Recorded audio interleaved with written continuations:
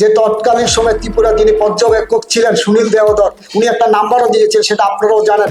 সেই নাম্বারে বলেছিলেন মিস দিলে সেখানে কর্মসংস্থানের সুযোগ হবে। আগে তো এরকম ছিল না। যুবকরা বিভিন্ন নেশা আসক্ত হচ্ছে, কারণ সরকারি কাজকর্ম নিয়ে যুবকদের কর্মসংস্থানে হতাশাগ্রস্ত হয়ে যুবকরা অনেকে সেই নেশা আসক্ত হচ্ছে।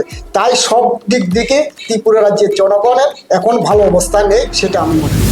পশ্চিমবঙ্গের দিকে তাকাই, একই সরকার ছিল 34 বছরের বাম সরকার, সেখানেও কিন্তু তৃণমূল একইভাবে পরাজিত করে বর্তমানে সংগঠনে রয়েছেন, সরকারে রয়েছেন, সেখানটায় আপনারা বিরোধী আসনে পর্যন্ত নেই। এই বিষয়টা কিভাবে দেখছেন? 2018 সালে রাজ্যে বিজেপি সরকার এসেছিলেন, বিপ্লব দেবের একটা স্লোগান চলো পাল্টাই, এখানকায় বর্তমানে কিন্তু বিপ্লব দেবকে আবারও পশ্চিমবঙ্গে দায়িত্ব দেওয়া হয়েছে। কি বলবেন, আবার কি পরিবর্তন আসছে কিনা কোথাও?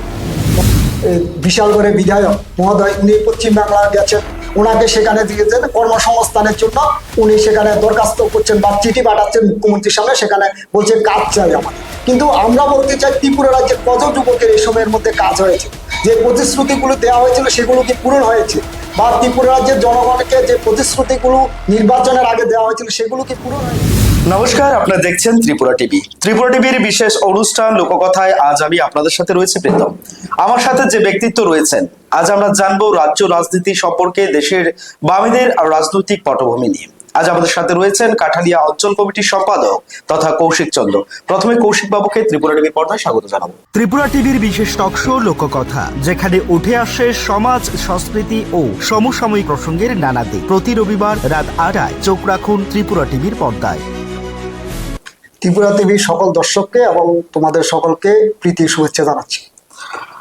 কৌশিক দা, জানতে চাইবো বর্তমানে কেমন আছে ত্রিপুরা আপনাদের চোখে? প্রথম বিষয়টা হলো ত্রিপুরা রাজ্যের জনগণ 2018 সালে আগে ত্রিপুরা রাজ্যের জনগণের অর্থনৈতিক অবস্থা কি ছিল, আর এই সময়ের মধ্যে ত্রিপুরা রাজ্যের জনগণের অর্থনৈতিক অবস্থা কি আছে, যারা তোমরা সাংবাদিক বন্ধুরা এলাকা এলাকায় যাচ্ছ, তোমরা সেটা উপলব্ধি করতে পারছো। তারপরেও আমি বলতে চাই এই সময়ের মধ্যে ত্রিপুরা রাজ্যের জনগণের অবস্থা খুবই খারাপ অবস্থা। বিশেষ করে পাহাড়ি এলাকার জনগণ এবং সাধারণ গরিব অংশের মানুষের দৈনন্দিন যে পথ চলা সেটা অনেকটা কঠিন হয়ে দাঁড়িয়েছে। কারণ আজকের এই সময়ের মধ্যে দ্রব্যমূল্যের যে আকার ছোঁয়া, প্রত্যেকটা জিনিসের দাম আজকে ক্রয় ক্ষমতার বাইরে চলে যাচ্ছে। তার পরিপ্রেক্ষিতে আজকে সাধারণ মানুষের যে দৈনন্দিন জীবনযাপন করা, তার পরিবার প্রতিপালন করার জন্য যে পরিমাণ অর্থ উপার্জন করার কথা বা যে পরিমাণে বিভিন্ন সরকারি কাজ সুযোগ সুবিধা থাকার কথা আমরা উপলব্ধি করছি বা ত্রিপুরা রাজ্যের জনগণ উপলব্ধি করছে, এই সময়ের মধ্যে সাধারণ মানুষের সেই অর্থনৈতিক সহযোগিতা সরকারের কাছ থেকে পাচ্ছে না। বিশেষ করে যে বিভিন্ন প্রকল্পগুলোর মাধ্যমে কাজকর্মগুলো বিগত বামপন্থী সরকারের সময় পাহাড়ি এলাকায় চলতো বা সমতল এলাকা সাধারণ মানুষের জন্য কাজ করতো, সেগুলো আজকে প্রায় বন্ধ। সে বন্ধ হওয়ার কারণে সাধারণ মানুষের কাছে আজকে সে অর্থনৈতিক অভাব অনটনের কারণে আজকে খাদ্য অভাব দেখা দিয়েছে। বিভিন্ন বাজার হাটগুলো আজকে যারা ব্যবসায়ীরা আছে তারা আজকে উপলব্ধি করছে বা তারা দেখছে যে পরিমাণ বেচা বিক্রি আগে হতো আজকে সেগুলো হচ্ছে না। পাশাপাশি ত্রিপুরা রাজ্যের সরকার যে কর্মসংস্থানের প্রশ্নে যে কাজকর্ম করা, বিশেষ করে বেকার যুবকদের কাজের ব্যবস্থা করা, আজকে আমরা উপলব্ধি করলাম সেই কাজকর্মগুলো আজকে নেই। এবং আপনারা জানেন 2018 সালে যখন বামপন সরকারের পতন ঘটে তখন ত্রিপুরা রাজ্যের কর্মচারী ছিল 1,56,200 জন। আজকে 8 বছরের মাথায় দেখা গেল প্রত্যেক বছর কম করে 8 থেকে 9,000 কর্মচারী তারা রিটায়ারমেন্টে গেছে, কিন্তু সেগুলো নিয়োগ হচ্ছে না। আমরা দেখলাম গত কিছুদিন আগে মাননীয় মুখ্যমন্ত্রী সেখানে বলছেন যে তারা মাত্র 23,000 চাকরি দিয়েছেন, যেখানে কথা ছিল বছরে 50,000 কাজ হওয়ার কথা, কিন্তু আমরা দেখলাম এই সময়ের মধ্যে মাত্র 23,000, 8 বছরের মধ্যে সেখানে 23,000 যুবক যুবতীদের কর্মসংস্থান হচ্ছে। অর্থাৎ এই যে একটা অবস্থা, একদিকে রিটায়ারমেন্ট হচ্ছে, চাকরি হচ্ছে না, আরেকদিকে নতুন নিয়োগ সেভাবে হচ্ছে না। তার পরিপ্রেক্ষিতে আজকে ত্রিপুরা রাজ্যের সাধারণ মানুষের যে অর্থনৈতিক অবস্থা এবং সামাজিক অবস্থা সেটারও অবক্ষয় হয়েছে। আপনারা জানেন এই সময়ের মধ্যে যে যুবকদের কাজ নেই বা যে নেশা বারবারন্ত সেটাও বৃদ্ধি পেয়েছে। আজকে বিভিন্ন জায়গায় আমরা দেখলাম যে সরকার নেশা মুক্ত কেন্দ্র সেখানে গঠন করছে, কিন্তু কি কারণে এগুলো হবে? আগে তো এরকম ছিল না। যুবকরা বিভিন্ন নেশা আসক্ত হচ্ছে, কারণ সরকারি কাজকর্ম নিয়ে যুবকদের কর্মসংস্থান নিয়ে হতাশাগ্রস্ত হয়ে যুবকরা অনেকে সেই নেশা আসক্ত হচ্ছে। তাই সব দিক থেকে ত্রিপুরা রাজ্যের জনগণের এখন ভালো অবস্থায় নেই, সেটা আমি মনে করি। এই বিষয়ে যদি একটু এগিয়ে কথা বলি, 2018 সালের পূর্বে আপনারা ক্ষমতায় ছিলেন, তো টানা 25 বছর একটা সরকারকে পতন ঘটিয়েছেন নিঃসন্দেহে বলা চলে। কেন এই পতনের আবির্ভাব হয়েছিল ওই সময়, কি বলবেন? এই সময়ের মধ্যে দীর্ঘ 25 বছর বামপন্থী সরকার ছিল, এর আগে 10 বছর বামপন্থী সরকার ছিল, মাঝখানে কংগ্রেস জোট সরকার ছিল। আমরা যেটা লক্ষ্য করছি, মানুষের যে আকাঙ্ক্ষা, মানুষের যে এই সরকারের প্রতি যে আকাঙ্ক্ষা থাকে, আমাদের বামপন্থী সরকার বারবার বলেছে যে ত্রিপুরা রাজ্য একটা ছোট রাজ্য, তার নিজস্ব কোনো আয় বলতে নেই, পুরোটা কেন্দ্রীয় সরকারের অনুদানের উপরে নির্ভরশীল। সেই জায়গায় দাঁড়িয়ে আমরা যেটা লক্ষ্য করলাম, মানুষের যেভাবে সরকার তার দায় দায়িত্ব পালন করেছে, এবং আমরা যেটা দেখলাম যুবকদের মধ্যে বিশেষ করে সেই সময় যুবকরা, ত্রিপুরা রাজ্যের যুবকরা মনে করেছিল সবাই চাকরি পেয়ে যাবে। আমরা দেখলাম বিজেপি সেখানে এসে প্রতিশ্রুতি দিল বছরে 50,000 যুবকের কর্মসংস্থান হবে, তাদের ইশতেহারও সেটা প্রকাশ করেছিল। আমরা দেখেছিলাম যে তৎকালীন সময় ত্রিপুরা যিনি পর্যবেক্ষক ছিলেন সুনীল দেওধর, উনি একটা নাম্বারও দিয়েছেন, সেটা আপনারাও জানেন। সেই নাম্বারে বলেছিলেন মিস দিলে সেখানে কর্মসংস্থানের সুযোগ হবে। তারা যে কর্মচারীদের 7ম বেতন কমিশন দেবেন, ফিক্সড পে কথা তুলে দেবেন। যারা অনিয়মিত কর্মচারী ছিল বামপন্থী সরকারের সময় প্রায় 40,000-এর মতো অনিয়মিত কর্মচারী ছিল, তাদেরকে তারা বলেছিল রেগুলার করে দেবেন। এরকম অনেকগুলো তারা প্রতিশ্রুতি দিয়েছিলেন, এবং নতুন নতুন ভাতা চালু করবেন, বিভিন্ন প্রকল্প গ্রহণ করবেন। কিন্তু এইসব কারণে, এবং আরেকটা যেটা সত্য কথা, আমাদের এটা যে বিশেষ করে উপজাতি এলাকায় আমাদের সাংগঠনিক কিছুটা দুর্বলতা তৈরি হয়েছিল। সেই সব বিষয় মিলিয়ে একদিকে মানুষের আকাঙ্ক্ষা বামপন্থী সরকার এমন জায়গায় নিয়ে গিয়েছিল যে সবাই মনে করেছিল যে বামপন্থী সরকার যদি থাকে বিভিন্ন কাজকর্মগুলো হবে, যে চাকরি হবে সবার। বিশেষ করে বেকার যুবকরা আমরা দেখেছিলাম 2018 সালে বেকার যুবকরা এমনও ঘটনা আমরা দেখেছিলাম যে একটা পরিবারে যে 3 জন ছেলে আছে, বামপন্থী সরকারের সময় 2 জন চাকরি পেয়েছে। মা বাবা মনে করছে যে বিজেপি যেহেতু বলেছে 50,000 যুবকের কর্মসংস্থান হবে, বামপন্থী পরিবার যে এবার বিজেপিকে আমরা ভোটটা দিই তাহলে আমার ছেলের চাকরি হয়ে যাবে। কিন্তু আমরা দেখলাম এর পরিপ্রেক্ষিতে যে 10,323 ছিল সেই পরিবারে, সে চাকরিটাও কিন্তু সেখানে চলে গেছে এখন। কিন্তু এই যে প্রতিশ্রুতিগুলি তারা দিয়েছিল, এই প্রতিশ্রুতি যে মোহে সাধারণ মানুষ সেখানে সেটার পরিবর্তন ঘটেছে, এবং আমাদেরও কিছু সাংগঠনিক দুর্বলতা ছিল, সে কারণে আমরা সেখানে পরাজিত হয়েছে। সেটা থেকে আমরা উত্তরণের চেষ্টা করছি। একেবারে এই প্রসঙ্গে যদি আমরা পশ্চিমবঙ্গের দিকে তাকাই, একই সরকার ছিল 34 বছরের বাম সরকার, সেখানেও কিন্তু তৃণমূল একইভাবে পরাজিত করে বর্তমানে সংগঠনে রয়েছেন, সরকারে রয়েছেন। সেখানটায় আপনারা বিরোধী আসনে পর্যন্ত নেই, এই বিষয়টা কিভাবে দেখছেন? প্রথম বিষয়টা হলো পশ্চিমবাংলার রাজনৈতিক পরিস্থিতি আর ত্রিপুরার রাজনৈতিক পরিস্থিতি এক ছিল না। সেখানে আপনারা জানেন পশ্চিমবাংলা দীর্ঘ 35 বছর বাম সরকার ছিল। বাম সরকারের পরিপ্রেক্ষিতে ভূমি সংস্কার আইন থেকে শুরু করে যে কর্মসূচিগুলো করেছিল, সে কর্মসূচিগুলো সাধারণ মানুষ তৎকালীন সময় গ্রহণ করেছিল। সাধারণ মানুষ যারা ছিল তারা বামপন্থী সরকারকে কিন্তু তৎকালীন 35 বছর ধরে সরকার পরিচালনার দায়িত্ব দিয়েছিল। সেইখানে দেখা গেল যে বামপন্থী সরকার দেখেছে শুধু ভূমি হলে হবে না, সেখানে যে পশ্চিমবাংলা প্রায় 9 কোটির উপরে জনসংখ্যা, সে বিশাল অংশ যুবক, তাদেরও কাজের ব্যবস্থা করতে হবে। কাজের ব্যবস্থা করলে শুধুমাত্র সরকারি কাজ হলে হবে না, সেখানে কলকারখানার দরকার ছিল। তখন বামপন্থী সরকারের যিনি মুখ্যমন্ত্রী ছিলেন মাননীয় বুদ্ধদেব ভট্টাচার্য, তিনি স্লোগান দিলেন যে শিল্প এবং এই কর্মসংস্থানের যে বিষয়, কৃষি এবং শিল্পকে নিয়ে চলা। তখন শিল্প করতে গিয়ে বিশেষ করে সিঙ্গুর এবং সিঙ্গুরের যে আন্দোলন, সে আন্দোলনে কৃষক যারা ছিল বা কৃষক পরিবার যারা ছিল, দীর্ঘদিন বাম সমর্থক ছিল, তারা নিজেদের মধ্যে বিরোধীরও একটা অপপ্রচার সেখানে সংগঠিত করেছিল। এবং আপনারা জানেন পশ্চিমবাংলা 2011 সালে নির্বাচনে তৃণমূল, কংগ্রেস থেকে শুরু করে অতি বামপন্থী দল, মাওবাদী থেকে শুরু করে সমগ্র অংশের শক্তি একজোট হয়েছিল, এবং তৎকালীন যে একজোট হয়ে নকশাল থেকে শুরু করে মাওবাদীরা সবাই একসঙ্গে যে বামপন্থী সরকারকে পতন করানোর জন্য তারা ভূমিকা নিয়েছিল। এবং এই যে শিল্পনীতি, সেই শিল্পনীতির বিরুদ্ধে পশ্চিমবাংলার মানুষ সেখানে গেছে। কিন্তু বর্তমানে যে অবস্থা আমরা যেটা লক্ষ্য করছি, আবারও সেখানে সাধারণ মানুষ সেখানে উপলব্ধি করছে না বলে পরে আজকের দিনে আমরা দেখলাম যে আমাদের যে বিভিন্ন কর্মসূচি হচ্ছে, আমরা এটা জায়গায় তো সেখানকার গ্রাউন্ড রিপোর্ট দেখছি না, কিন্তু আমরা খবরে বা বিভিন্ন পত্রপত্রিকা সোশ্যাল মিডিয়া যেটা আমরা লক্ষ্য করছি যে সাধারণ মানুষ আবার বামমুখী হচ্ছে, সাধারণ মানুষ বামপন্থীর পক্ষে আছে। আমাদের বিশ্বাস একদিনে হবে না, কিন্তু সামনের দিকে বামপন্থার জয় জয়কার হবে সেই পশ্চিমবাংলায় আমাদের বিশ্বাস আছে। এই বিশ্বাসের মধ্যে যদি একটু প্রশ্ন রাখি, 2018 সালে রাজ্যে বিজেপি সরকার এসেছিলেন, বিপ্লব দেবের একটা স্লোগান চলো পাল্টাই, এখানকায় বর্তমানে কিন্তু বিপ্লব দেবকে আবারও পশ্চিমবঙ্গে দায়িত্ব দেওয়া হয়েছে, কি বলবেন, আবার কি পরিবর্তন আসছে কিনা কোথাও? প্রথম বিষয়টা হলো পশ্চিমবাংলার রাজনীতির ইতিহাসে যেটা দেখা যাচ্ছে, গত 2016 সালে নির্বাচনে বিজেপি প্রধান বিরোধী দল হয়েছে, প্রায় ৭৬ জন তাদের প্রতিনিধি সেখানে নির্বাচিত হয়েছে।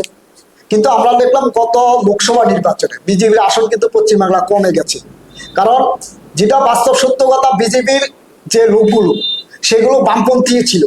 তৃণমূলের অত্যাচারের পরিপ্রেক্ষিতে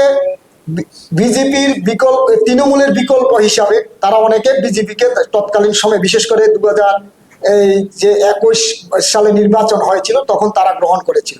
কিন্তু এখন মানুষের উপলব্ধি হচ্ছে যে পশ্চিমবাংলার বিজেপির সাথে কেন্দ্রীয় যে বিজেপি তাদের মধ্যে তফাৎ আছে, এবং পশ্চিমবাংলার তৃণমূল সরকারের সাথে বিজেপির একটা আন্ডারস্ট্যান্ডিং আছে। তারা আরএসএস এর, আপনারা জানেন আরএসএস এর সংগঠন, যেমন তারাও বলছে আরএসএস এর যে দুটো অঙ্গ থাকলে একটা হলো বিজেপি, একটা হলো হচ্ছে তৃণমূল, সেটা আজকে পশ্চিমবাংলার একটা অংশের মানুষ বা বেশিরভাগ মানুষ সেখানে উপলব্ধি করতে পারছে। আর আজকে যেটা আপনি প্রশ্ন করছেন, মাননীয় বিপ্লব দেব সাংসদ, উনি ত্রিপুরা রাজ্যের মুখ্যমন্ত্রী ছিলেন, কিন্তু তিনি 5 বছরের মুখ্যমন্ত্রী কাল ত্রিপুরা রাজ্যে কিন্তু উনি করতে পারেননি। কারণ আমরা দেখেছি যে 5 বছরের মধ্যে ওনাকে কেন্দ্রীয় নেতৃত্ব ওনাকে ত্রিপুরা থেকে সরিয়ে দিয়েছেন। সরিয়ে দেওয়ার পরিপ্রেক্ষিতে কি কারণে করেছেন আজকে পর্যন্ত আপনারা যারা সাংবাদিকরা আছেন তারাও জানেন না, আমরা যারা বিরোধী দল করি তারাও জানি না, যারা সাধারণ মানুষ আছে তারাও জানে না, যারা বিজেপি করে তারাও জানে না কি কারণে ওনাকে সরিয়ে দিয়েছেন। আজকে পর্যন্ত আমরা সেটা জানতে পারি। কিন্তু এরপরে আমরা দেখলাম যে ত্রিপুরা রাজ্যে যে বিজেপির মধ্যে যে পাট বা বিজেপির মধ্যে যে কুন্দল, সেটাকে ধামাচাপা দেওয়ার জন্য তারা বিপ্লব দেবকে ত্রিপুরার বাইরে রাখার চেষ্টা করছে। ওনাকে এখন, এর আগে হরিয়ানার দায়িত্ব দেওয়া হয়েছিল, এখন পশ্চিমবাংলার দায়িত্বে দেওয়া হয়েছে সহকারী এই হিসাব পর্যবেক্ষক হিসাবে, এবং উনি সেখানে বলছেন ওনার কুণ্ডলীর মধ্যে কোনো হার নেই।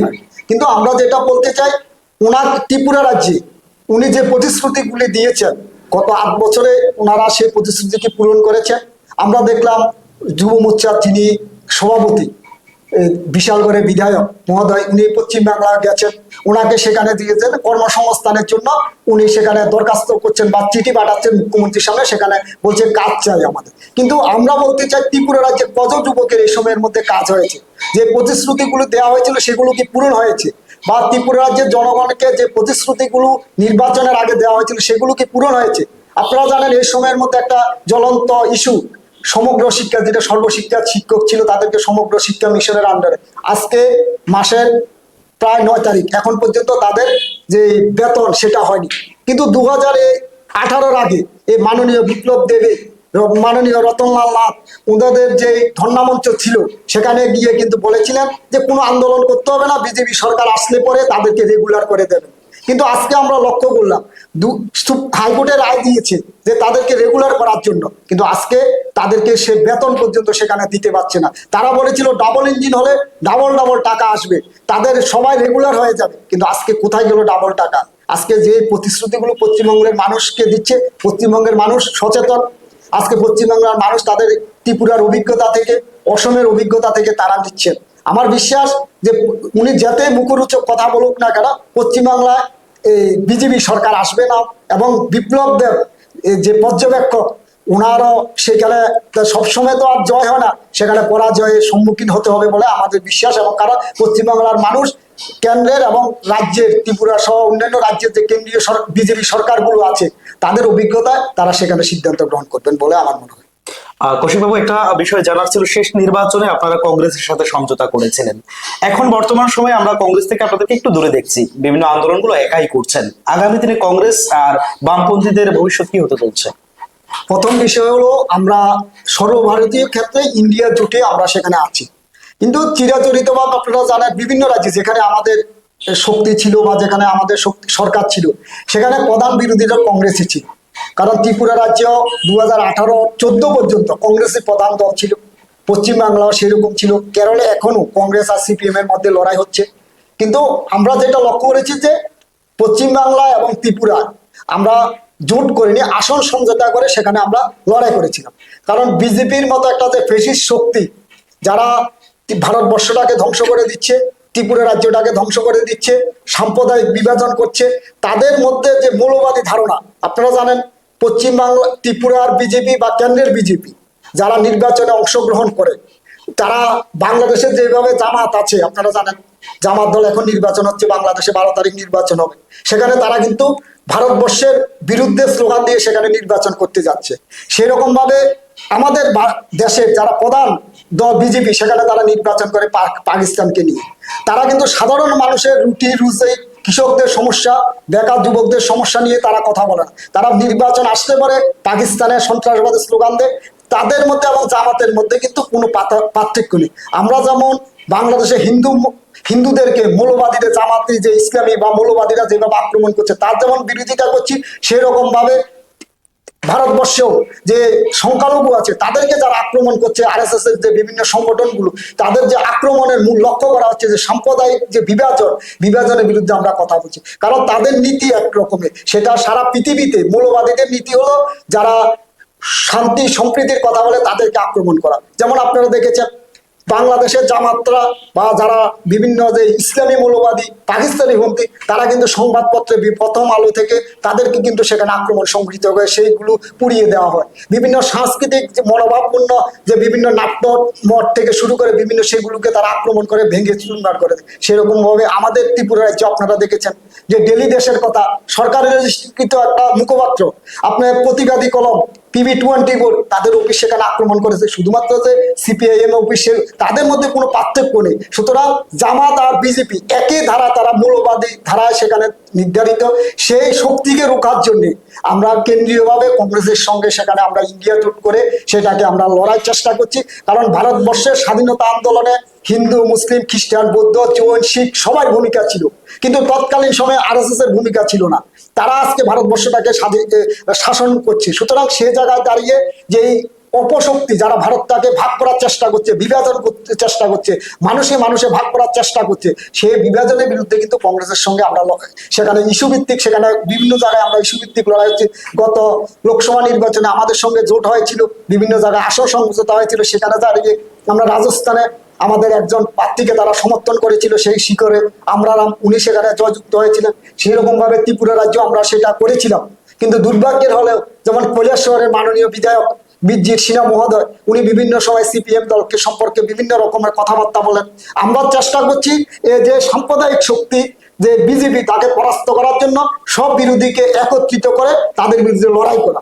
কারণ এটা যদি না করতে পারি, ভারতবর্ষ যেভাবে ধ্বংস হচ্ছে ত্রিপুরা রাজ্য সেটা ভাবে ধ্বংস হবে। কারণ আমরা দেখলাম তার মধ্যে থেকে দাঁড়িয়ে এটা যার যার রাজনৈতিক দল আছে, আমরা আমাদের মতো কর্মসূচি গ্রহণ করছি, তারা তাদের মতো কর্মসূচি গ্রহণ করছে। আগামী দিনে কি হবে ত্রিপুরা রাজনৈতিক পরিস্থিতি অনুসারে সেটা দেখতে পাবো। কিন্তু আমাদের যেটা বিষয় বা আমাদের পার্টির যেটা বিষয়, যে আমরা সবাইকে নিয়ে এই যে শক্তি, সাম্প্রদায়িক যে শক্তি, তাদের বিরুদ্ধে আমাদেরকে লড়াই করতে হবে। একেবারেই সম্প্রতি যে একটা ইস্যু আপনাদের গোটা দেশব্যাপী বন্ধ ডেকেছেন, সেই বন্ধে কেমন সাড়া পাচ্ছেন? প্রথম বিষয়টা হলো আগামী 12 তারিখ ত্রিপুরা রাজ্যে সহ সারা ভারতবর্ষে কেন্দ্রীয় যতগুলো ট্রেড ইউনিয়ন আছে, বিজেপির যে ট্রেড ইউনিয়ন BMS, তারা নৈতিকভাবে সমর্থন করছে। কিন্তু যেহেতু তারা বিজেপিকে সমর্থন করে, তাই তারা বলছে আমরা সরাসরি অংশগ্রহণ করব না। ভারতবর্ষের যতগুলো কৃষক সংগঠন আছে, সংযুক্ত কৃষক মোর্চা, 550-এর মতো কৃষক সংগঠন, তারা এই ধর্মঘটকে সমর্থন করছে। এবং বিভিন্ন ফেডারেশন, আপনারা জানেন কর্মচারী ফেডারেশন আছে, তারা সেখানে সমর্থন করছে। বিভিন্ন গণসংগঠন, এই যে SFI, DUF, নারী সমিতি থেকে শুরু করে বিভিন্ন যে গণসংগঠনগুলো আছে, তারাও সেই রকম ভাবে তারা সবাই সমর্থন করছে। এবং সেটা আমরা বলতে চাই যে এই যে ধর্মঘটটা, যে ভারতবর্ষের সাধারণ মানুষের যে অধিকার, বিশেষ করে শ্রমিকদের, স্বাধীনতার আগে থেকে 2025 সাল পর্যন্ত একটা অধিকার ছিল শ্রমকোড। তাদের 28টা শ্রমকোড ছিল, তাদেরকে অধিকার রক্ষা করতে তাদের বিভিন্ন লড়াই আন্দোলনে সেটা গত 21শে নভেম্বর 2025 সালে সে শ্রমকোডটাকে বাতিল করে 4টা শ্রমকোড সেখানে তৈরি করেছেন। সেখানে কিন্তু শ্রমিকদের কোনো নৈতিক অধিকার থাকবে না কাজের ক্ষেত্রে। ফেডারেশন তাদের বিভিন্ন সংগঠন করার কোনো অধিকার থাকবে না।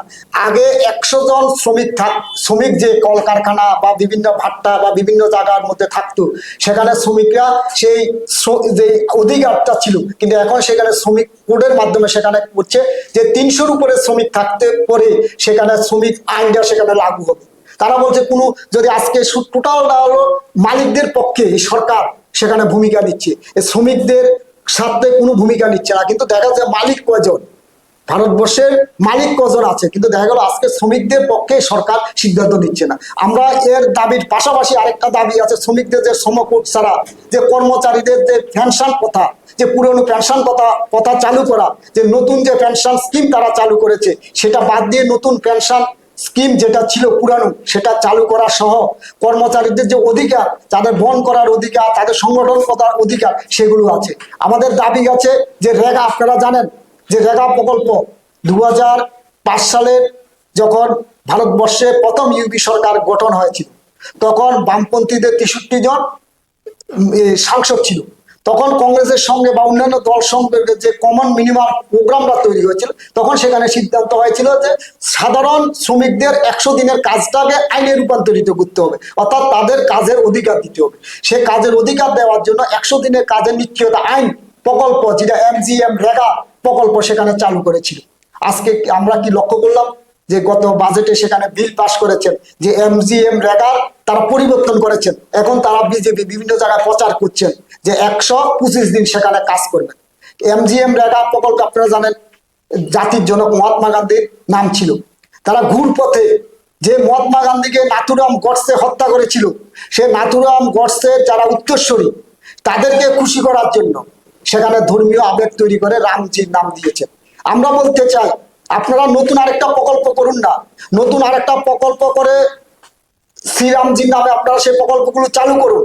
এবং আমরা যেটা লক্ষ্য করেছিলাম যে রেগা যে প্রকল্প বিজেপি আসার পরে সেখানে বরাদ্দ প্রত্যেক বছর কমতে কাটছাট করে দিচ্ছেন। প্রত্যেক বছর যেখানে 100 দিনের কাজের অধিকার ছিল সেটাকে কম করে, আপনারা জানেন ত্রিপুরা যে আপনারা বিভিন্ন জায়গায় যাচ্ছেন, আজকে যে খাদ্য সংকট, বিভিন্ন জায়গায় শ্রমিকদের না বা ব্যবসায়ীরা যে বিভিন্ন সংকটে কি কারণে ভুগছেন, সেখানে কাজ হচ্ছে না। কাজ না হওয়ার, রেগার কাজ না হওয়ার পরে শ্রমিকদের কাছে টাকা যাচ্ছে না। এবং আপনারা একটা জিনিস আপনাদের কাছে বলতে চাই, আমি যে এলাকা থাকি সেখানে বিভিন্ন এই সময় শীতকালীন সময় বিভিন্ন উৎসব হয়, রাম ঠাকুর উৎসব, অনুকূল ঠাকুরের উৎসব, বিভিন্ন উৎসব বিভিন্ন এলাকাগুলো হয়। এবার যে মেলাগুলো হয়েছে, মেলাগুলোর মধ্যে সাধারণ মানুষ সেখানে কম এসেছে এবং দোকানিরা সেখানে ক্ষতিগ্রস্ত। কি কারণে? রেগার কাজ হয়নি। রেগার কাজ না হওয়ার পরিপ্রেক্ষিতে রেগার টাকা পায়নি। সাধারণ মানুষের কাছে টাকা থাকলে সাধারণ মানুষ বাজারে ক্রয় করবে, কিন্তু আজকে টাকা না থাকার পরিপ্রেক্ষিতে, রেগার কাজ না হওয়ার পরিপ্রেক্ষিতে সেখানে আজকে কাজ না হওয়ার পরিপ্রেক্ষিতে আজকে সেখানে মেলাগুলোর মধ্যে, উৎসবের মধ্যে মানুষ কম এসেছে, ব্যবসায়ীরা সেখানে ক্ষতিগ্রস্ত হয়েছে। তাই আমরা বলতে চাই যে রেগা প্রকল্প সেটাকে চালু রাখতে হবে। এবং 125 দিনের নতুন স্লোগান দিচ্ছে। গত যে 8 বছরে তো 100 দিনের কাজ হয়নি, ত্রিপুরা রাজ্যে 40-50 দিনের বেশি কাজ হয়নি। আজকে 125 দিনে সেখানে অর্থ কোথায় পাবে? সে অর্থ কে দেবে? আগে রেগা প্রকল্প যখন চালু ছিল তখন কেন্দ্রীয় সরকার 100 টাকার মধ্যে 90 টাকা দিত, 10 টাকা রাজ্য সরকার দিত।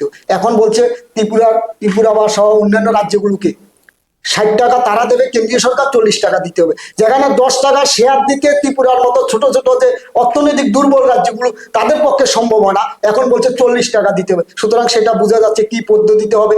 আমরা তাই বলতে চাই শুধু নাম পরিবর্তন করলে হবে না, যে জাতির জনককে যেভাবে অসম্মান বিজেপি সরকার করেছে, কারণ তারা একটাই, আপনারা জানেন RSS এর উত্তরসূরি, RSS এর নিয়ন্ত্রণাধীন একটা প্রাণভূম, বিজেপির প্রাণভূমরা হলো RSS এর নাথুরাম গডস যে মহাত্মা গান্ধীকে হত্যা করেছিল, তাই মহাত্মা গান্ধীকে তারা বাদ দিয়ে, জাতির জনককে বাদ দিয়ে আজকে রামের নাম দিয়েছে। আমরা রামের নামে চাই অন্য প্রকল্প চালু করুক। আপনারা জানেন ত্রিপুরা রাজ্যের টাউন হল সেটা শ্যামাপ্রসাদ মুখার্জির নামে করেছে। তারা একটা নতুন টাউন হল এখানে করতে পারেনি ত্রিপুরা রাজ্যে। একটা নতুন কোনো হল করে সেখানে শ্যামাপ্রসাদ মুখার্জির নাম করতে পারে, পুরনো টাউন হলের নাম তারা পরিবর্তন করছে, শুধু নাম পরিবর্তন করছে। সারা ভারতবর্ষে করছে, আমাদের ত্রিপুরা রাজ্যে করছে। সুতরাং নাম পরিবর্তনের মাধ্যমে যে সরকারের কাজকর্মগুলো আছে সেটা শুধু সীমাবদ্ধ আছে, যে বাস্তবের কাজকর্মগুলো। সুতরাং এই রেগা প্রকল্প এবং সবচেয়ে ভয়ঙ্কর যে আছে বিদ্যুৎ বিল আইন যেটা চালু করেছিল, আপনারা জানেন বিদ্যুৎ আইনটা আমাদের মৌলিক অধিকার এবং আমরা সবাই বিদ্যুৎটাকে ব্যবহার করতে চাই। আজকে আমরা কিটা লক্ষ্য করলাম যে বিদ্যুৎ বিলের নামে তারা বিদ্যুৎটাকে আজকে কর্পোরেট সেক্টরের কাছে তুলে দেওয়ার চেষ্টা করছে। আজকে আপনারা জানেন ত্রিপুরা যে স্টেট যে কর্পোরেশনের মাধ্যমে আমরা বিদ্যুৎটা ব্যবহার করি, সেটা আগামী দিন বেসরকারি মালিকের হাতে তুলে দেবে। কারণ আজকে আদানি আম্বানিরা বিদ্যুৎ সেক্টরের সঙ্গে, গোয়েঙ্কারা বিদ্যুৎ সেক্টরের সঙ্গে যুক্ত হয়ে গেছে, সুতরাং তারা সেটাকে ব্যবহার। আমরা অনেক সময় বাংলাদেশে হিন্দুদের উপরে আক্রমণের পরে আমরা দেখি বিজেপি বা এখানকার যারা আছে অনেক আন্দোলন করে, অনেক করে, আমরাও সেখানে বিরোধিতা করি, আন্দোলন করি, কিন্তু আমরা একবার লক্ষ্য করেছি যে বাংলাদেশকে যে বিদ্যুৎ সাপ্লাই করছে আদানি, প্রত্যেক বছর সেখানে কোনো আদানিকে সেখানে রুখছে যে তুমি বিদ্যুৎ বন্ধ করে দাও, তোমার ব্যবসা বন্ধ করে দাও, সেখানে কিন্তু কিচ্ছু হচ্ছে না। পাকিস্তানের সঙ্গে আদানির যে রাজস্থান থেকে যে লাইন কারেন্টে বিদ্যুৎ সেখানে আছে, কিন্তু পাকিস্তানের সঙ্গে আমরা যুদ্ধ করছি, সাধারণ মানুষ সেখানে ক্ষতিগ্রস্ত হচ্ছে, আমাদের পরিবারের ছেলেরা সেখানে শহীদ হচ্ছে সন্ত্রাসবাদীদের, পাকিস্তানি সন্ত্রাসবাদীর হাতে। কিন্তু সরকার সেখানে দুই মুখী নীতি নিচ্ছে, এখানে বলছে যে আমরা পাকিস্তানের বিরুদ্ধে, বাংলাদেশের বিরুদ্ধে কথা বলছি, কিন্তু আরেকদিকে যে সবচেয়ে বেশি ভারতবর্ষের প্রধানমন্ত্রী সবচেয়ে কাছের লোক আদানি আম্বানিদের সেখানে ব্যবসা, সেখানে তাদেরকে ব্যবসা করার সুযোগ করে দিচ্ছে। এই অবস্থার মধ্যে দাঁড়িয়ে আমরা যে ধর্মঘটকে, আমরা যে বিদ্যুতের যে বিল, এবং আপনারা জানেন এই বিদ্যুৎ বিলের কি পরিমাণ বিল আছে আজকে সারা ত্রিপুরা রাজ্যের মানুষ সেখানে উপলব্ধি করছে, এবং আদানিরে সে যে মিটারগুলো, স্মার্ট মিটারগুলো সেখানে লাগাচ্ছে। আমরা যখন ইলেকট্রিক দপ্তরে যাচ্ছি তারা বলছে এইগুলো আমরা লাগাচ্ছি না, এটা বেসরকারি সংস্থা সেখানে লাগাচ্ছে, সুতরাং বিদ্যুৎ দপ্তর সেখানে সে দায়িত্ব নিতে চাচ্ছে না। সেই অবস্থা দাঁড়িয়ে এই আইন, পাশাপাশি আজকে আপনারা জানেন ভারত সরকার মার্কিন যুক্তরাজ্যের সঙ্গে চুক্তি করেছেন।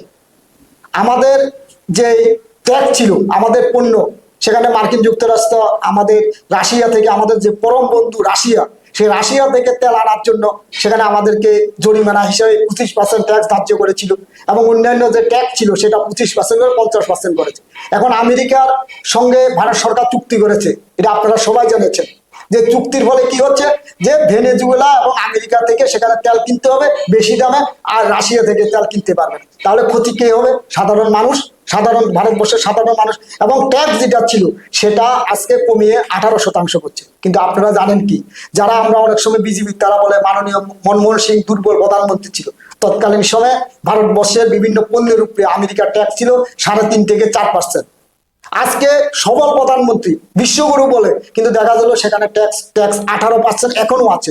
এবং ভারতবর্ষের গত 2029 সাল পর্যন্ত ভারতবর্ষের বিভিন্ন কৃষি পণ্য, বিশেষ করে কৃষি পণ্য সেখানে ভারতবর্ষে আমেরিকা থেকে কিনতে হবে, কয়লা কিনতে হবে, দুধ কিনতে হবে। আজকে আমরা একটা খবরের চ্যানেলে আমি দেখেছি আজকে যে আমেরিকা থেকে যে দুধ আসবে সেখানে দুধ 30 থেকে 35 টাকা বিক্রি হবে, আর ভারতবর্ষের যে দুধ শিল্পটা আছে সেখানে 50 থেকে 55 টাকা করে সেখানে বিক্রি করে। স্বাভাবিকভাবে ভারতবর্ষের দুগ্ধ শিল্প সেখানে ভেঙে পড়বে, ভারতবর্ষের যে কয়লা শিল্পগুলো আছে সেগুলো ভেঙে পড়ে। অর্থাৎ ভারতবর্ষের কৃষক থেকে শুরু করে সাধারণ মানুষের যে অর্থনৈতিক অবস্থা, তারা সেখানে ভেঙে ফেলবে আমেরিকার সঙ্গে চুক্তি। আমেরিকার সঙ্গে এক কারণে চুক্তি করেছে, এটা আপনারা সবাই জানেন, যে এই যে বিভিন্ন যে ইস্যুগুলো আজকে ভারতবর্ষ সহ পৃথিবীকে নাড়া দিচ্ছে, সেই ইস্যুগুলোকে সামনে রেখে ভারতবর্ষের প্রধানমন্ত্রী আতঙ্কগ্রস্ত হয়ে আমেরিকার সঙ্গে চুক্তি করেছেন। এবং আমেরিকা, আমরা যে বিষয়গুলো, ভারতবর্ষের সংসদ অধিবেশন চলছে সেখানে তার কথা বলার কথা দেখতে ভারতবর্ষের প্রধানমন্ত্রী সংসদ বয়কট করে চলছে। আমরা দেখলাম ভারতবর্ষের যে বাণিজ্য মন্ত্রী, সেগুলো আমাদেরকে সামনে তুলে ধরার কথা, কিন্তু দেখা যায় আমেরিকার প্রধানমন্ত্রী সেখানে টুইট করে সেই বিষয়গুলো, সিদ্ধান্তগুলো জানাচ্ছেন। অর্থাৎ আমেরিকা নির্ভর, যেখানে সিন্দুর অপারেশনের সময় আমরা যেটা লক্ষ্য করলাম যে ভারতবর্ষের সরকার কোনো সেখানে প্রতিরক্ষা মন্ত্রী কোনো কিছু করছে না, কিন্তু আমেরিকার ডোনাল্ড ট্রাম্প সেখানে বলছে যে ভারতবর্ষের সরকারের সঙ্গে পাকিস্তানের সঙ্গে কথা হয়েছে, সেখানে তাদের যুদ্ধ শেষ। এই যে অবস্থা, অর্থাৎ ভারতবর্ষের যে বিজেপি যে সরকারটা, তারা যে দুমুখী নীতিতে চলছে, সেটা আস্তে আস্তে মানুষের সামনে উন্মোচন হচ্ছে। এই দাবিগুলো নিয়ে আমরা ধর্মঘট সংগঠিত করছি। আমাদের আশা যে ত্রিপুরা রাজ্যের মানুষ সহ সারা ভারতবর্ষের সব মানুষের ধর্মঘটে সামিল হবেন। কারণ আপনারা জানেন 27 তারিখ এই ব্যাংক ধর্মঘট হয়েছিল, ইস্পাত শিল্প ধর্মঘট হয়েছে। ব্যাংকে যারা কর্মচারী, অনেক সময় বলে যে শ্রমিকরা শিক্ষিত না, তারা লড়াই করে, আন্দোলন করে, কিন্তু যারা ব্যাংক কর্মচারী, ব্যাংক ফেডারেশন, তারা তো উচ্চ শিক্ষিত। তারা কি কারণে ধর্মঘট সামিল করছে? কারণ তারা এই কারণে ধর্মঘটে সামিল করছে, তাদের উপরেও আঘাত আছে বিজেপি সরকার। অর্থাৎ সমগ্র অংশের মানুষের উপরে যে আক্রমণ, সে আক্রমণের বিরুদ্ধে আগামী যে 12 তারিখ ধর্মঘট, এটা ঐতিহাসিক ধর্মঘট হবে। এবং আপনারা জানেন ত্রিপুরা সহ যে যে রাজ্যগুলো বিজেপি আছে, বিশেষ করে ত্রিপুরাতে, তারা শ্রমিকদেরকে ধমক দিয়ে গাড়ি চালাবে, এটা আপনারা জানেন। দোকানদারকে ধমক দিয়ে তারা দোকান খোলাবেন, সেটাও আমরা জানি। তারপরেও আমাদের কাছে যে মূল বিষয় যে কত দোকান খোলা থাকলো, কত গাড়ি ঘোড়া চললো, সে কত স্কুল খোলা থাকলো, সেটা আমাদের কাছে মুখ্য বিষয় না। আমাদের কাছে ধর্মঘটের যে ইস্যুগুলো আছে, ইস্যুগুলো কত সংখ্যক মানুষের কাছে আমরা নিয়ে যেতে পারছি, সে কারণে আমরা বিভিন্ন জায়গায় লিফলেট বিলি করছি, পাড়ায় পাড়ায় সভা করছি, বাজার সভা করছি, সে করে মানুষকে সংগঠিত করার চেষ্টা করছি। তাই আমাদের বিশ্বের সাধারণ মানুষ এই ধর্মঘটকে সমর্থন করবে। একেবারে যদি রাজ্য রাজনীতি প্রসঙ্গে আসে, এডিসি নির্বাচন সামনে, একটা সময় দেখা যেত এডিসিতে বামপন্থের 20টা সিট রিজার্ভ ছিল, যেটা লোকমুখে চর্চিত। এই সময় এডিসিতে আপনাদের সংগঠন কেমন রয়েছে? প্রথম বিষয়টা হলো যে 20টা সিট কোনো সময় রিজার্ভ ছিল না, সবসময় যে এডিসি এলাকা বিরোধী শক্তি ছিল। আমরা যখন নির্বাচনে অংশগ্রহণ করতাম তখন আমরা 51-52% ভোট সেখানে আমরা পেতাম, কিন্তু 48% কিন্তু বিরোধীরা পেত, অর্থাৎ বিরোধী শক্তি সেখানে ছিল। এবং আপনাদের জানা আছে বা আপনারা জানার জন্য বলছি, 1978 সালে যখন বামপন্থ সরকার ত্রিপুরা যে প্রথম প্রতিষ্ঠিত, তখন 4টা সিট এডিসির কিন্তু টিউজিএ জয়যুক্ত হয়েছিল এবং প্রত্যেক সময় বিরোধীরাও সেখানে জয়যুক্ত হতো। 20টা সিট কোনো সময় সেখানে আমাদের বাধা ছিল না, মাঝে মধ্যে নির্বাচনে আমরা সেগুলো আসন জয়যুক্ত হতো। কিন্তু এখন যে বিষয়টা হলো, এটা আপনারা জানেন যে টিপ্রাল্যান্ড, গ্রেটার টিপ্রাল্যান্ডের যে আন্দোলন, সেটা 2018 সালের আগে থেকে আইপিএফটি শুরু করেছিল এবং এটা আপনারা জানেন আইএফপিটি একসময় এডিসিও পরিচালনা করেছিল 2000 খুব সম্ভবত 2001 থেকে 2005 সাল পর্যন্ত। সুতরাং সেখানে বিরোধী একটা শক্তি আছে। আমাদের 20টা যে সিট বাধায় সেরকম কোনো কিছু কিন্তু ছিল না। তারপরেও আমরা যেটা দেখলাম, গ্রেটার টিপ্রাল্যান্ড বা টিপ্রাল্যান্ডের যে আন্দোলন, সে আন্দোলনের মুখে একটা অংশের উপজাতি অংশের মানুষ সেটা গ্রহণ করেছে, সেটা অস্বীকার করার কোনো উপায় নেই। সেইটাকে মোহটাকে এখন আস্তে আস্তে সেখানে কাটছে। এবং আপনারা জানেন যিনি এখন ত্রিপুরা এডিসি এলাকা পরিচালনা করছেন মোথা, আজকে মোথা পরিচালনা গত 5 বছরে এডিসি এলাকা কি করেছেন, এডিসি এলাকা একজন যুবককে এডিসিতে চাকরি দিয়েছেন। এখন প্রায় এডিসিতে 6000 উপরে শূন্য পদ সেখানে আছে, কিন্তু একটাও সেখানে গত 5 বছরে একটা পূরণ হয়নি। আমরা দেখলাম গত 5 বছরে একটা স্কুল এডিসি এলাকায় সেখানে খোলা হয়নি, উপরন্ত স্কুলগুলো সেখানে বন্ধ করে দিয়েছেন। এডিসি এলাকা স্বাস্থ্য যে ডিপার্টমেন্ট আছে সেখানে কোনো উপস্বাস্থ্য কেন্দ্র সেখানে খোলা নেই। আজকে এডিসি এলাকায় কোনো জায়গায় একটা বেকার স্টল সেখানে তারা বেকারদের জন্য সেখানে খুলেনি। অর্থাৎ এডিসি এলাকার অর্থ গত 5 বছরে কি হয়েছে আজকে সাধারণ মানুষ সেখানে জবাব চাইছেন। কারণ এর আগে এডিসিতে বামপন্থ পরিচালনা এডিসি প্রশাসন ছিল, তারা কি কাজ করেছে, গত 5 বছরে কি কাজ করেছে। আজকে তাদের যৌথ সরকার ত্রিপুরা রাজ্যে পরিচালনা করছে। আপনারা দেখবেন বিশ্রামগঞ্জের নগর পঞ্চায়েতকে কেন্দ্র করে তারা এখন নাটক করছেন, রাস্তা রোকো করছেন, বিভিন্ন কিছু করছেন। কিন্তু আমরা যেটা বলতে চাই যে এডিসি যে নোটিফিকেশন জারি হয়েছে যে এখানে নগর পঞ্চায়েতকে কেন্দ্র করে, এটা মন্ত্রিসভার অনুমোদন হয়েছে। আজকে মাননীয় প্রদ্যুৎ কিশোর বাবু কি বলতে পারবেন যে সেখানে যে মন্ত্রিসভায় ওনাদের 2জন মন্ত্রী আছেন, তাদের অনুমতি ছাড়া সেখানে কিভাবে হয়েছে, সেটাকে মানুষকে সাধারণ মানুষকে বোকা বানানোর জন্য তারা সেগুলো কথা বলছে। আজকে এসটি সেখানে স্টাইপেন্ড পাচ্ছেন না, তারা বিভিন্নভাবে সেখানে গিয়ে আন্দোলন করতে হচ্ছে। আজকে এসটিরা স্টুডেন্টরা সেখানে যে বিভিন্ন স্কলারশিপের যে বিএড থেকে শুরু করে নার্সিং এর তারা সেভাবে স্টাইপেন্ড পাচ্ছেন না। কি কারণে হচ্ছে এগুলো?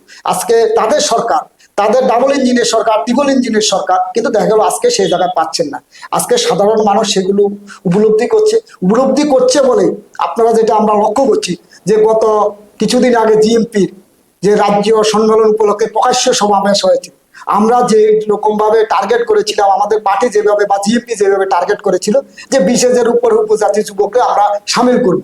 কারণ আপনারা জানেন আমরা দীর্ঘদিন সরকারি নেই, অর্থনৈতিক অবস্থা দুর্বল, স্বাভাবিক নিতে গেলে পাহাড়ি এলাকার লোক নিতে গেলে অনেক গাড়ি ভাড়ার প্রয়োজন হয়। তারপরেও কিন্তু প্রায় 20,000-এর উপরে সাধারণ উপজাতি মানুষ সেখানে অংশগ্রহণ করছে। বিভিন্ন জায়গায় টিউএফ এর যে সম্মেলনগুলো হচ্ছে, উপজাতি যুবকরা কিন্তু সে জায়গায় সামিল হচ্ছে। এবং আমরা যেটা লক্ষ্য করলাম গত বিধানসভা নির্বাচনে ধনপুর বিধানসভা 14,000 উপরে সেখানে উপজাতি ভোটার ছিল। আমাদের যে হিসাব, আমরা সামান্য ভোট পেয়েছি, প্রায় 800 বা 900 আমাদের উপজাতি ভোট আমরা সেখানে পেয়েছি। কিন্তু গত যে সম্মেলন উপলক্ষে প্রকাশ্য সমাবেশ হয়েছে, আমাদের ধনপুর বিধানসভা এলাকা থেকে 500-র উপরে উপজাতি অংশের মানুষ সেখানে অংশগ্রহণ করছে। অর্থাৎ সেটা পরিবর্তন হচ্ছে, আগামী দিন আরো পরিবর্তন হবে। কারণ উপজাতি এলাকায় আপনারা জানেন আমাদের যে ধনপুর বিধানসভা এলাকা নিয়ে যে কেন্দ্রটা আছে সেখানে বিজেপির এমডিসি উনি কি করছেন আপনারা জানেন। আজকে ওনারা কর্মসূচি করতে গেলে ল্যাব দিতে হয়, কম্বল দিতে হয়, বিভিন্ন রকমের সামগ্রী দিয়ে সেখানে কিন্তু মানুষকে জড়ো করাতে হয়। মোতার দ্বারা কর্মসূচি করতে গেলে সুতা দিতে হয়, বিভিন্ন রকমের কিছু দিয়ে তারা সেখানে লোককে সামিল করতে হয়। কিন্তু আমাদের সব কমরেডরা বা সাধারণ মানুষ আমাদের কর্মসূচিতে কিন্তু কোনো কিছুর প্রলোভন দিয়ে আসছে না। তারা নিজেদের পয়সা খরচ করে যাচ্ছে, নিজেদের পয়সা খরচ করে সেখানে সেখানে তারা খাচ্ছে, প্রোগ্রাম করছে, তারপরে আসছে। সুতরাং সেখানে কিছু গুণগত পরিবর্তন আছে এবং সাধারণ উপজাতি অংশের মানুষ বুঝতে পারছে যে বামপন্থী সরকারের সময়ে আজকে ত্রিপুরা রাজ্যে 56,000-এর উপরে শূন্যপদ আছে। আজকে সেখানে যদি চাকরি হতো 31% উপজাতির যুবক যুবতীরা সেখানে কিন্তু চাকরি পেত। আজকে উপজাতিরা সেটা বুঝছে। এডিসি এলাকা যেখানে চাকরি হতো বলছিল 2000 পুলিশ সেখানে নিয়োগ করবে, আজকে কিন্তু একজনও পুলিশ নিয়োগ করলে উপজাতি যুবক যুবতীরা চাকরি পেত।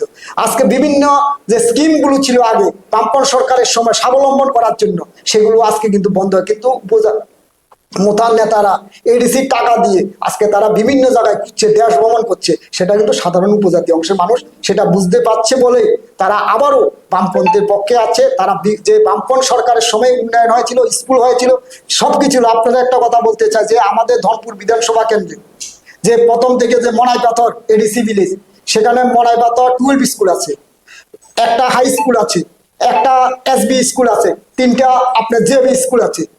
আজকে এডিসি প্রশাসন মনাইপাতের এডিসি ভিলেজে একটা করেছে, থলিবাড়িতে 12 স্কুল আছে, আজকে তিনটা জেবি স্কুল আছে, একটা এসবি স্কুল আছে।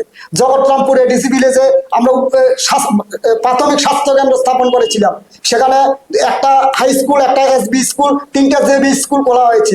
এই জায়গা 3টা কালীগলা এডিসি ভিলেজ, সেখানে একটা হাই স্কুল, একটা এসবি স্কুল, 3টা আপনার জেবি স্কুল ছিল। কিন্তু বিজেপি এবং মোথা প্রশাসন সরকারের সময় একটা জেবি স্কুল সেখানে বন্ধ করে দিয়েছেন।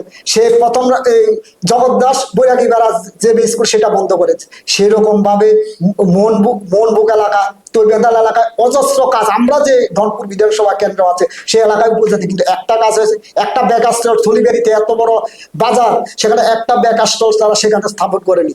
জগৎরামপুর তারা কোনো কিছু করেনি। বামপন্থী সরকারের সময় যেটা ছিল সেটা করেছে। কিন্তু আজকে যে সরকারি টাকা সেগুলো উঠে এডিসি প্রশাসন এবং মোথা, এবং আপনাদেরকে বলতে চাই এডিসি থেকে যেগুলো আছে সেগুলো মোথার তারা সেখানে খেয়ে নিচ্ছেন, আর ব্লক থেকে যেগুলো যাচ্ছে সেগুলো বিজেপির লোকেরা সেগুলো নিজেদের মধ্যে ভাগ বটার করে খেয়ে নিচ্ছে। এই অবস্থার মধ্যে সাধারণ 90% মানুষ কোনো কিছু পাচ্ছেন না।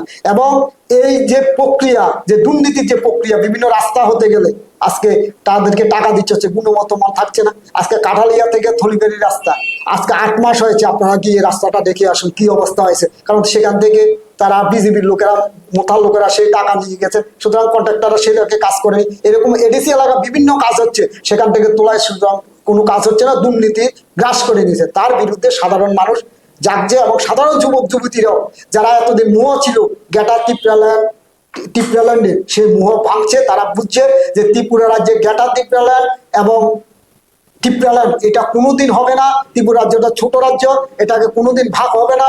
সেটাকে জেনে আজকে সাধারণ উপজাতি যুবক যুবতীরা আবার সিপিএম দলে, জিএমপির সঙ্গে, টিইউএফ এর সঙ্গে, টিইউএস এর সঙ্গে যুক্ত হচ্ছেন। তাই আমাদের বিশ্বাস আগামী যে এডিসি নির্বাচন, এডিসি নির্বাচনে বামপন্থীরা সেখানে জয়যুক্ত হবে এবং বামপন্থীদের ভোট অনেক বৃদ্ধি পাবে বলে আমার বিশ্বাস। একেবারে শেষভাবে যদি জানতে চাই, সামনে এডিসি নির্বাচন 2026, তারপরেই 2028 বিধানসভা নির্বাচন, সার্বিকভাবে জনগণদের প্রতি বা সাধারণ মানুষের প্রতি আপনার বার্তা কি থাকবে? জনগণ সবচেয়ে বেশি সচেতন। জনগণের 2018 সালে বিজেপি সরকার প্রতিষ্ঠা করেছিল, বিজেপি আইপিএফটি সরকার প্রতিষ্ঠা করেছিল। আমরা দেখেছি তখনকার সময়ে বিজেপি প্রায় 52% ভোট পেয়েছে। 2023 সালে নির্বাচনে তাদের আসন সংখ্যা যেমন কমেছে, ভোটও প্রায় কমেছে, প্রায় 37% ভোট তারা পেয়েছে। অর্থাৎ প্রায় 14% কাছাকাছি ভোট তাদের সেখানে কমে গেছে 5 বছরে। সুতরাং এখনো আরো অভিজ্ঞতা আছে। মানুষের অভিজ্ঞতাটা হলো সবচেয়ে বড়, এবং তারা যে প্রতিশ্রুতিগুলো দিয়েছিল, আপনারা একটা কথা বলতে চাই যে সর্বশিক্ষা শিক্ষকরা যারা সমগ্র শিক্ষা শিক্ষক 2018 নির্বাচনে তাদের একটা ভালো অংশ বিজেপিকে সমর্থন করেছিল। আজকে তাদের উপলব্ধিকে তারা কেস করেছেন, কেস করার পরিপ্রেক্ষিতে হাইকোর্টে তাদেরকে রায় দিয়েছেন রেগুলার করার জন্য। কিন্তু বিজেপি সরকার সেটা করেনি, তারা সুপ্রিম কোর্টে গেছে। এখন আমরা দেখলাম গত 2-3 মাস ধরে তাদেরকে বেতন দিতে, তাদের যে পারিশ্রমিকটা দিতে সেখানে তালবাহানা করছেন। এখন এই মাসে তো আজকে 8 তারিখ পর্যন্ত তারা কোনো বেতন পায়নি। আজকে যে কর্মচারীরা যারা সপ্তম বেতন কমিশন পাওয়ার লোভে বিজেপিকে, বেশিরভাগ অংশের কর্মচারীরা বিজেপিকে ভোট দিয়েছিল, তারা 2023 সালে কিছুটা পরিবর্তন হয়েছিল এবং 2028 সালে এটা আরো ব্যাপক পরিবর্তন হবে। আজকে তারাই বলেছিল যে মাননীয় বিপ্লব দেব এখন পশ্চিমবাংলা গিয়ে অনেক কথা বলছেন, উনি সাংবাদিক কাছে প্রতিশ্রুতি দিলেন ফিক্স পে, যে অনিয়মিত কর্মচারী এরকম কোনো কিছু থাকবে না। কিন্তু আমরা কি লক্ষ্য করলাম, হাইকোর্টের রায় দিল আজকে এই ত্রিপুরা রাজ্যের কর্মচারীদের বিরুদ্ধে গিয়ে তারা সুপ্রিম কোর্টে সেখানে গেছেন। তারাই বলেছিল ডাবল ইঞ্জিন হলে পরে ডাবল টাকা আসবে, সাধারণ মানুষের কাজের কোনো বিষয় থাকবে না, রেগা 340 টাকা মজুরি হবে। তারা বলেছিল 200 দিনের কাজের ব্যবস্থা হবে, আজকে সেই অবস্থা কিটা। তারা বলেছিল যে সাধারণ মানুষের যে ভাতা প্রকল্প ছিল সেগুলো তারা 2000 টাকা সেটা করেছে, কিন্তু 50,000 সাধারণ মানুষকে সেখানে বাদ দিয়েছে। এবং আপনাদের অভিজ্ঞতা কি, সাধারণ গরিব অংশের মানুষ তাদের সেরকম বাদ দিয়ে দিয়েছে। আপনাদেরকে বলতে চাই, আমাদের কাঠালিয়া ব্লকের কাঠালিয়া গ্রাম পঞ্চায়েতের 1 নম্বর ওয়ার্ডের ভানু বিবি, আপনারা যারা সাংবাদিক আছেন আপনারা খবর নিয়ে নেবেন, ওনার বিপিএল কার্ড, ওনার স্বামী মারা গেছেন, অনেক দিন হয়েছে, বামপন সরকারের সময় ভাতা পেতেন, কিন্তু আজকে ওনার ভাতাটা বন্ধ করে দিয়েছে। এইরকম 50,000-এর মতো ভাতা সেই রকম ভাবে তারা বন্ধ করে দিয়েছেন। আজকে যখন সিডি অফিসে আমরা যাই, আমরা যখন কথা বলি, তারা কোনো কথার উত্তর দিচ্ছে না, তারা বলছে আমরা অপারগ। সুতরাং আজকে তারা যে প্রতি বেকারদের যে কাজের ব্যবস্থা করেছিল, সবচেয়ে বেশি বেকার যুবকরা আজকে সেটা বুঝতে পারছেন। এসটিজিটির শিক্ষকরা, যারা শিক্ষক নিয়ে এসটিজিটি, আজকে শিক্ষক স্বল্পতা, সারা ত্রিপুরা রাজ্যের বিভিন্ন জায়গায় প্রতিদিন রাস্তা রোকো হচ্ছে ছাত্রছাত্রীরা। গত 2 দিনে বস্ত্রনগর এলাকায় রাস্তা রোকো হয়েছে, আপনারা শিক্ষক নেই।